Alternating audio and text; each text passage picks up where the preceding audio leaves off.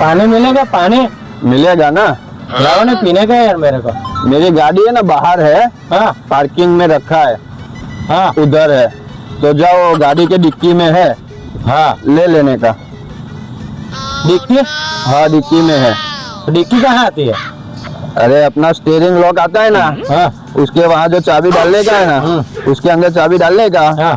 ऐसे घुमाने का, हाँ। पहले डिक्की खुल जाएगी।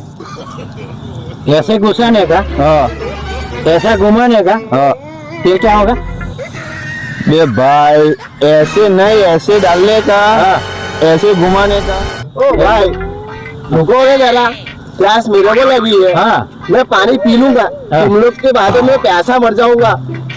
ए भाई रोक, ए भाई। वो कौन था? मैं नहीं पहचानता। तू मेरी गाड़ी में से भाग जाएगा, तो तूने कैसे जाने दिया उसको? तो मैं जानता है ना, मैंने कुछ बोला था?